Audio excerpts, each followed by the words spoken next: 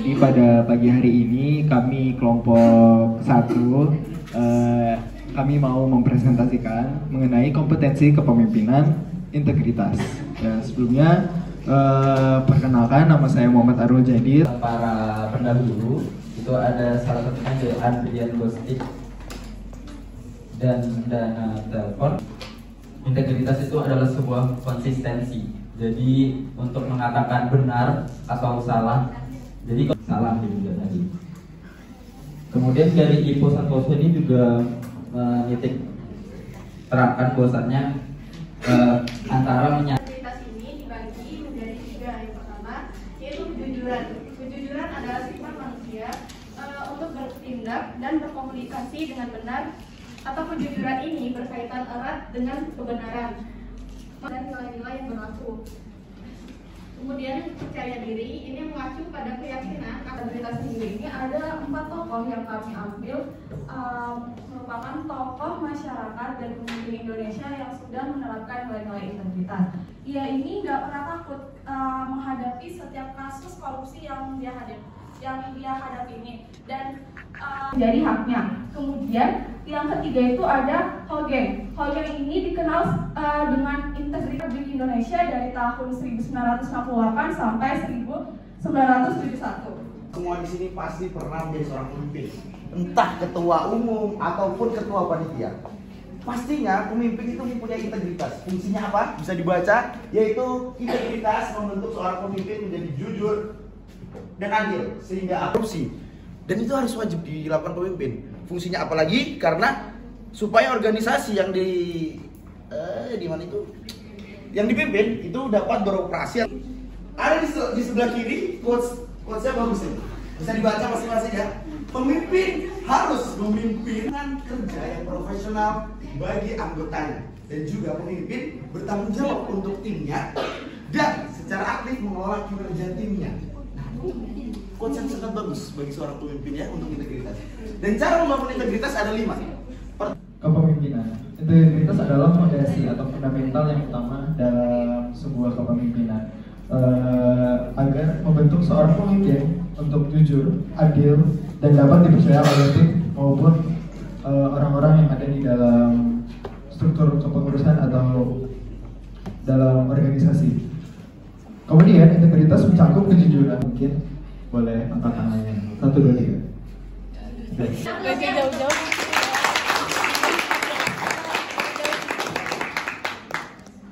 Oke, baik. Sebelumnya perkenalkan, saya Jumi Aulia dari kelompok 5. Izin tadi disampaikan integritas adalah sebuah karakter kepemimpinan yang membentuk seorang pemimpin untuk berlaku jujur, adil, serta dapat dipercaya dan menjadi panutan bagi anggotanya. Pertanyaan saya, bagaimana cara seorang pemimpin agar dapat menjaga konsistensi integritasnya dalam menghadapi tantangan yang berpotensi menggoyahkan komitmen sebagai seorang pemimpin? Izin menjawab pertanyaan Juni. Tadi kan ditanya cara seseorang pemimpin ini agar dapat menjaga konsistensi dalam menghadapi tantangan yang berpotensi menggoyahkan komitmen dari si pemimpin. Jawabannya ini, seorang pemimpin dapat menjaga konsistensinya dalam menghadapi tantangan dengan menetapkan tujuan yang jelas dan memiliki prinsip yang kokoh sebagai pedoman dalam setiap keputusan. Jadi izin masuk, perkenalkan nama saya Sebatra Tambunan dari kelompok 8. Mau bertanya ke kelompok 1. Tadi kan sudah dijelaskan itu pentingnya integritas. Nah, jika integritas itu begitu penting dalam kepemimpinan, mengapa masih banyak pemimpin yang terlibat dalam korupsi atau perilaku tidak etis? Ini apakah menunjukkan bahwa sistem pendidikan atau seleksi pemimpin kita yang gagal, atau ada faktor lain yang perlu dipertimbangkan? Sekian, terima kasih. Perkenalkan, nama saya Nisa Deviana Putri Tobing dari kelompok 10. Tadi kan sudah dibicarakan tentang integritas, itu kayak kejujuran, konsistensi. Pertanyaannya, bagaimana jika seorang pemimpin itu dapat memulihkan atau mengembalikan kepercayaan dari anggota tim atau suatu timnya jika integritasnya itu pernah diragukan sebelumnya? Terima kasih. Saya Purul Lainnya dari kelompok 7. Izin bertanya, bagaimana integritas itu dapat dikembangkan dari diri seorang individu? Itu untuk dari segi individu. Kemudian dari segi tim atau suatu organisasi, bagaimana dampak jangka panjangnya jika integritas ini kurang ada dalam suatu tim atau organisasi.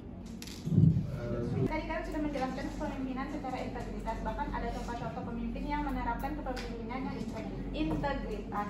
Nah, pertanyaannya seperti apa tantangan terbesar yang dihadapi pemimpin dalam mempertahankan integritas terhadap tim dan organisasi tersebut? Sekian dari saya. Warahmatullahi wabarakatuh.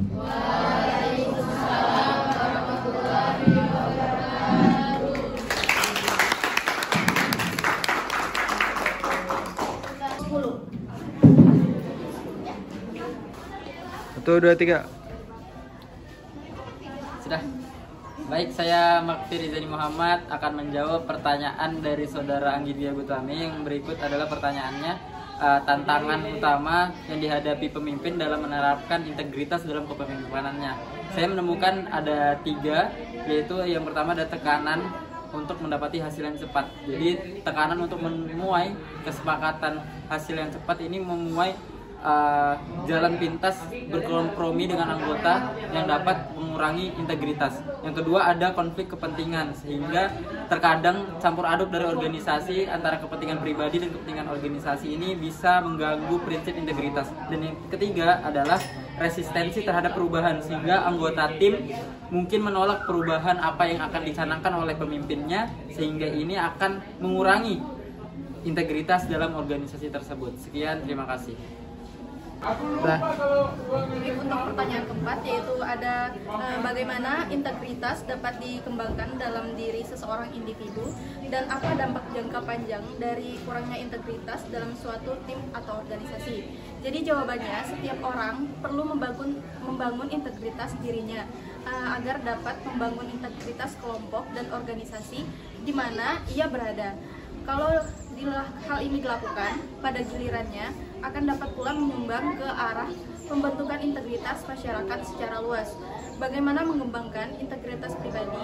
Beberapa langkah sederhana ini dapat menjadi perkembangan dalam mengembangkan integritas pribadi.